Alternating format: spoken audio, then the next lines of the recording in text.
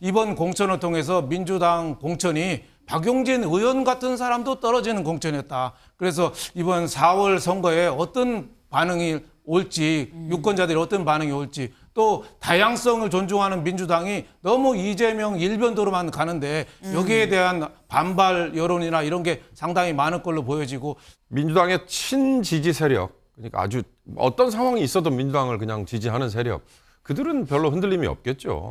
문제는 중도의 지대에 있으면서 민주당이든 국민의힘이든 이번에 공천을 정말 공정하게 하는지 잘하는지 한번 보자. 개혁, 혁신 이런 거에 근접하는지 보자. 근데 별로 그렇게 아닌 것 같다고 끌끌 혀를 찼다면 60%를 얻어야지 결선에서 승리할 수 있다라는 얘기도 그때 같이 드렸었는데 어쨌거나 결국 탈락했습니다. 윤경호 의원님, 이번 결과 예상하셨습니까? 예, 뭐 뻔히 예상됐죠. 현역 의원들 중에 이 전 지금 5차 그러니까 전략직으로 지정된 곳들도 네. 불과 5일 정도 전에 예를 들어서 경선 후보로 지정이 됐다라고 하는 젊은 변호사가 여론조사에서 오히려 반수 이상을 얻었다더라. 이런 물론 지금 구체적으로 여론조사에서 몇 퍼센트 얻었고 당원 투표에서 몇 퍼센트 얻었다 이런 거 구체적으로 밝히지는 않지만 네. 이제 곳곳마다 논란이 있는 경우는 추후에 발표를 했죠. 그런 것들로 놓고 볼 때는 처음부터 다 예정이 돼 있었던 것 같아요.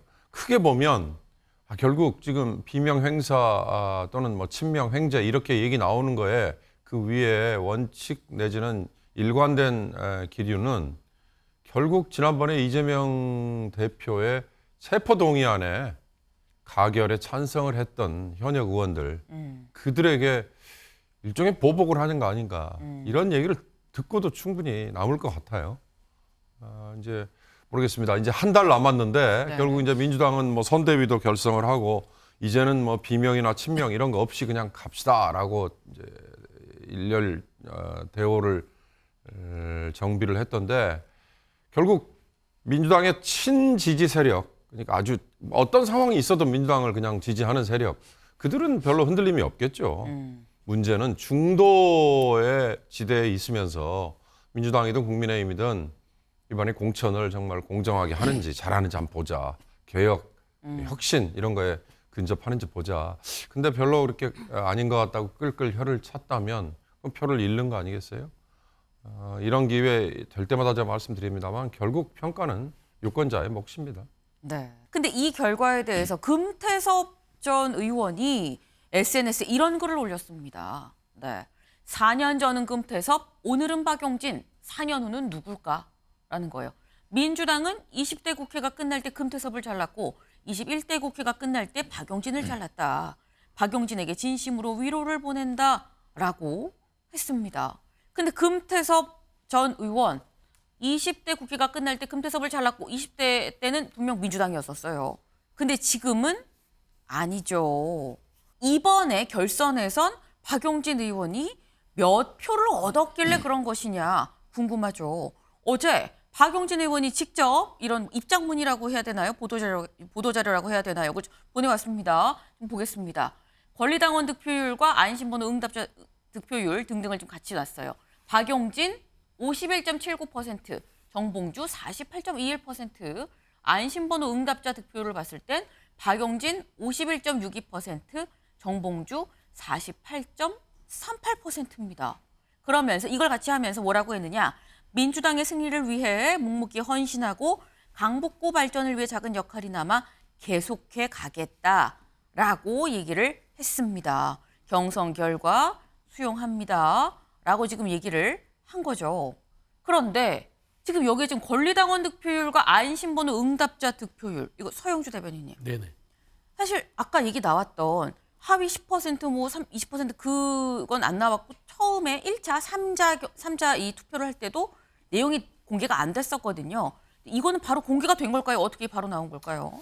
아무래도 이제 투표 참가자들이 현장에서 한 명씩 가거든요. 그래서 거기에서 이제 발표를 합니다. 그러니까 아예 그냥 1등 누구, 뭐 떨어진 사람 누구 이렇게 얘기하는 게 아니라 뭐 권리당원 득표율, 뭐 방 후보 몇 표, 뭐 정 후보 몇 표, 그다음에 안심응답자 몇 표 이렇게 얘기를 하거든요. 아마 그거를 수기로 적었거나 아니면 머릿속에 기억해서 가지고 나와서 아마 박용진 후보한테 알려준 것 같아요. 정확하진 않을 수도 있겠네요. 그러면. 거의 그래도 그 정신 바짝 차리고 들으면 네. 저 정확할 겁니다. 그래서 저는 제가 봐서는 이 정도 수치는 나왔을 거라고 봐요. 왜 그러냐면 박용진 의원이 오랫동안 그 지역에서 활동을 해왔고 나름대로 인지도도 높은 의원이었기 때문에 정몽준 의원이 이 합산, 그러니까 감산의 30%를 얻고 정몽준 후보가 하지 않았다면 네. 쉽지 않은 게임이었죠. 그런데 뭐 결선까지 가서 누구나 다 그랬습니다. 박용진 의원이 이길 확률은 1%도 안 된다라는 거여서 일단 이런 부분에 있어서 이게 뭐 비명 행사다라는 부분으로 확장이 되지 않았으면 좋겠다라는 좀 생각을 가지고 있습니다. 네. 정당의 힘은 다양성에서 나옵니다. 다름은 배제나 제거의 대상이 아니라 역할 분담을 통한 시너지의 자산입니다. 공정하고 합리적이고 민주적인 당 운영을 위해서 우리 박용진 후보도 공천 걱정하지 않는 그런 당 확실하게 만들겠습니다.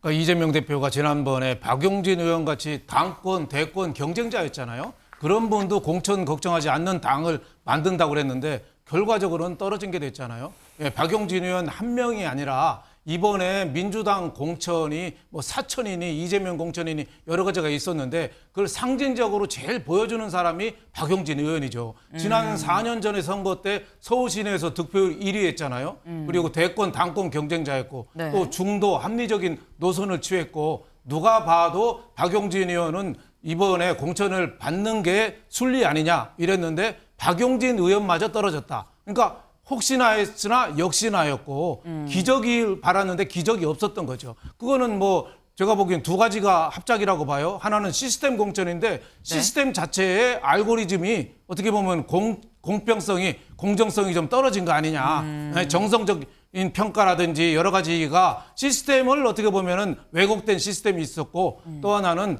개딸이라고 하는 그 이재명 강성 그 지지층들이 네. 뭐 몰표를 줬을 가능성이 상당히 있죠. 하지만은 이번 공천을 통해서 민주당 공천이 박용진 의원 같은 사람도 떨어지는 공천이었다. 그래서 이번 4월 선거에 어떤 반응이 올지, 유권자들이 어떤 반응이 올지, 또 다양성을 존중하는 민주당이 너무 이재명 일변도로만 가는데 여기에 대한 반발 여론이나 이런 게 상당히 많을 걸로 보여지고 또 하나는 저는 박용진 의원 개인적으로 봐서는 네. 무섭불처럼 이렇게 똑바로 가면은 시간은 걸릴 겁니다. 하지만 언젠가는 국민들이 알아줍니다. 그래서 박용진 의원이 지금은 바보의 길을 선택했잖아요. 탈당도 안 하고 끝까지 했는데 이거 국민들한테 언젠가는 박수 받을 거다. 저는 이런 말씀을 좀 드리고 싶습니다.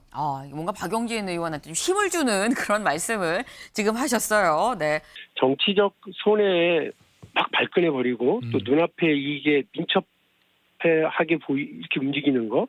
그래서 이리 붙고 저리 붙는 정치를 똑똑한 정치라고 한다면 저는 그냥 바보 할랍니다. 예. 그래서 바보가 되더라도 만일에 선거 결과가 뭐 뜻하는 바가 아니더라도 예.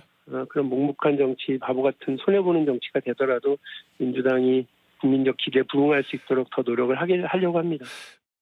그런데 이런 박용진 의원에 대해서 김한정 의원이 어제 저녁 8시에 이 공천 결과가 발표가 나왔는데 그 뒤에 이런 글을 올렸어요. 딱 한 줄입니다. 박용진 장하다. 네. 함축적으로 뭔가 많은 내용이 지금 들어있는 것 같아요. 윤경호 위원님. 저게 칭찬인지 아니면 약간 비아냥인지. 비아냥인지. 그러나 왜냐하면 네. 김한정 의원도 비슷한 처지에 컷오프 됐잖아요. 네. 현재 선거법상 경선까지 가면 그 지역에서는 무소속으로 못 나오죠. 이른바 이인제법이잖아요. 뭐 어떻게 보면은 페어한 게임, 공정한 경선, 경쟁 이거에 그 다음에 후유증. 근데 저는 박용진 의원의 얘기에 굉장히 의미가 담겨 있는 대목이 있다고 봅니다. 당장의 이해관계 때문에 발끈해서 나가는 거 그게 더 나은 선택일지 모르지만 그게 아니라 저는 바보를 그냥 택하겠습니다. 이 노무현 대통령이 생각이 나잖아요. 뻔히 질 거 알지만 지역 감정 타파를 위해서 제가 부산에 나가서 몸을 던지겠습니다.